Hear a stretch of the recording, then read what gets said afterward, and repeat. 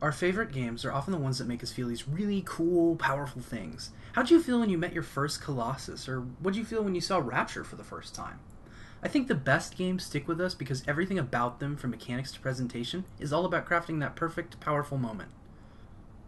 I've played so many games that fail to deliver that perfect moment because they're all focused on just one facet of the game, prioritizing one element or idea at the expense of all others. Horror is, in a way, the perfect genre. Practically every other genre is named after its mechanics, strategy, simulation, shooter, and so on. But horror, in contrast, is all about the experience. Everything in a horror game, from its mechanics to sound to presentation, is all about crafting one specific emotion. What emotion is a role-playing game trying to create? I couldn't tell you, but when I'm playing a horror game, I know that every part is working towards the same goal. That's what makes horror such a fascinating experience. The problem, of course, is that horror, like comedy, is difficult to pull off because it's so subjective. We're all impacted by different things. Not only that, but each person's personal understanding of what horror is different. When Amnesia: The Dark Descent hit in 2010, it was a sensation. I can't think of many people who didn't love it. A tremendous improvement over Frictional's previous work, Amnesia was a chart topper that didn't just blow minds, it almost single-handedly kickstarted the YouTube gaming boom and inspired 1,000 clones. It was the game that everyone wanted to make videos about, showing themselves freaking out at the game's many terrors. In the game's heyday, one key bit of praise stuck out to me. Practically everyone I knew said the same thing. It's scary because you can't fight back. Something about this has never sat right with me. 6 years later, here I am, still thinking about that statement, and it feels just as wrong to me now as it did the first time I heard it. Something about this just doesn't work for me. As I think about all the horror games that have actually scared me, every single one of them have featured some kind of combat. Before we get started, though, let's talk about what horror means. Many people describe horror as that feeling of creeping dread before they see something bad happen. That's a very powerful emotion, and I totally get the appeal, but there's just one problem. That's not horror. That's a different emotion entirely. That's terror. Terror is the gradually growing worry that something isn't right, that chill in your spine as uncertainty grips you. Terror is worrying that you're about to confront a monster. Horror is confronting the monster. If terror is the tense build-up, horror is the payoff. The genre of horror, then, is a combination of terror and horror. It's a genre made up of these two complementary emotions, themselves composites of emotions like anxiety and disgust. When someone says they want true horror but refers to that sense of creeping dread, what they really want is terror. But terror and horror are two halves of the same whole. You can't have one without the other. Many horror movie directors use these two emotions to powerful effect. Alien spends a long time building up the terror before Ripley's horrific confrontation at the end. Halloween runs for over an hour before Michael Myers attacks. Good horror spends a lot of time setting up the actual horrific experience. But Halloween and Alien both run less than 2 hours. What about games? The expectation is that games will last more than 2 hours. The audience expects a $60 purchase to last a great deal longer than a $12 movie ticket. Not only that, but the key to a game's success is variety. You can't just do the same thing over and over with no payoff. All set up, no joke. To put it another way, one cannot simply scale up the length of things. A great movie can go for a nice 60-40 split. That same 60-40 split won't work for a 40-hour game. 24 hours of terror followed by 16 hours of horror just won't work. It gets exhausting. The least frightening horror games try to be nothing but terror with just a few seconds of horror, if anything. That pacing has to change. Some games, like Alan Wake, take the episodic approach. Each level is its own self-contained narrative with its own distinct beats. Other games, especially open-world titles, run the gamut of emotion. Stalker: Shadow of Chernobyl has elements of horror, but it also features adrenaline-pumping action, melancholy, loneliness, disappointment, and so on. For a video game to work, you need terror, then horror, then more terror, followed by more horror. The game becomes a roller coaster with crests and troughs where appropriate. This keeps the game interesting without being exhausting. It keeps players interested while leaving them engaged. Scare players, sure, and then let them confront something horrifying, but tone it down after that. Give them room to breathe. Let them start over. Make sure it's different every time, too. Resident Evil's power comes from the variety of its encounter design. The emotional beats are similar, the roller coaster has its ups and downs, but each up is a new up, each down is a new down, and that's why it works where so many other horror games fail. Whether you have combat or not, based on every horror game I've played, length alone dictates that variety and phases of both terror and horror are required to create a complete package. You can't simply stretch out the same emotion over a longer period of time. This brings us to the first flaw in the no-weapons horror game argument's armor. A great deal of these sorts of games try to hang on to that single emotion of terror too long. They want you to feel a state of constant, never-ending dread. The problem is, that's exhausting. It's why I think so many people want to laugh about it on YouTube. It's hard to take that kind of fear at face value. It's much easier to turn it into a comedy routine. But even when weaponless horror games balance the ebb of terror and flow of horror flawlessly, they still lose my interest, and it's because there's no way to fight back. Here's the idea behind a weaponless horror game. Vulnerability generates fear. If you can't fight back, you're more vulnerable, and therefore you're more scared. By reducing your options to simply run or hide, a horror game should be much scarier than the one where you have a gun. The first mistaken assumption at play here is that fewer options make games scarier. The weaponless horror game strips the experience down. It's all about the terror, and the only way of solving a problem is to either run or hide.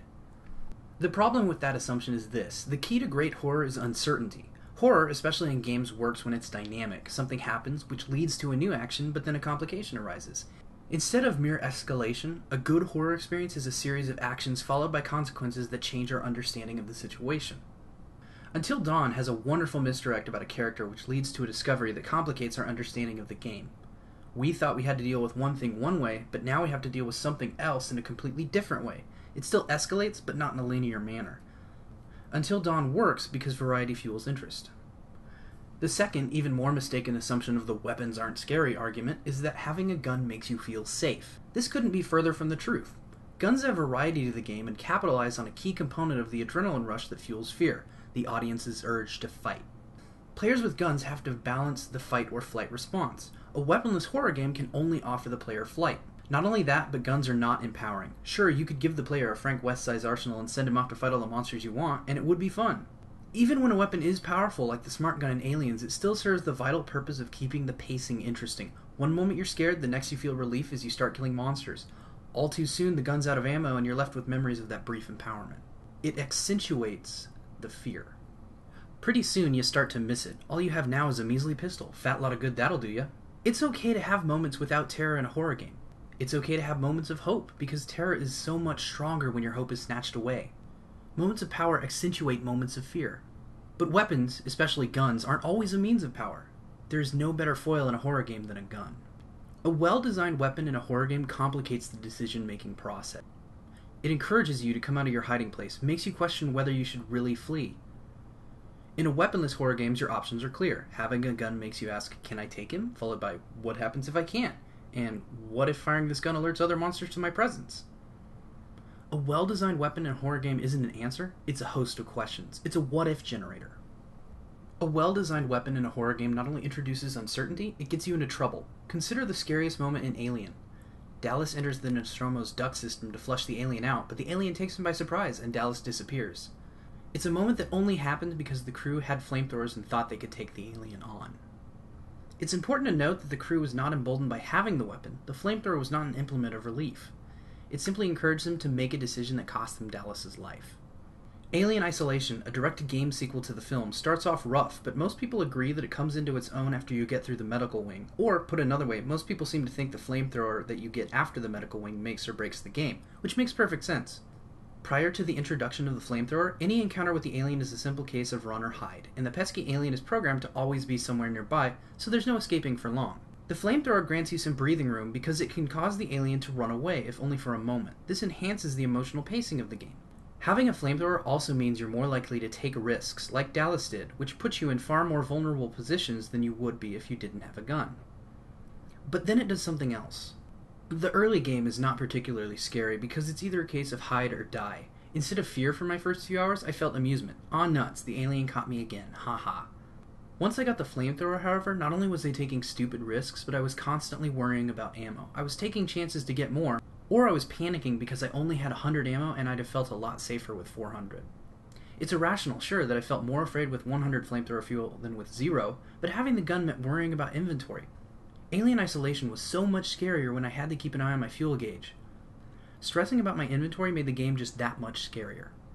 As if that weren't enough, sometimes guns complicate situations because you can't use them. One of my favorite moments in Aliens is when the crew descends into the alien nest but can't use the guns they have. There's this unique anxiety generated by knowing that the guns you have will only make things worse.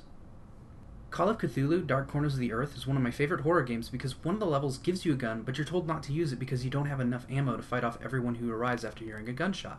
You have a gun, but now you're terrified of accidentally pulling the trigger and calling down a horde of eldritch monsters on your head. The scariest thing in the level is the gun in your hand. That's what guns add to horror, but they have one other benefit.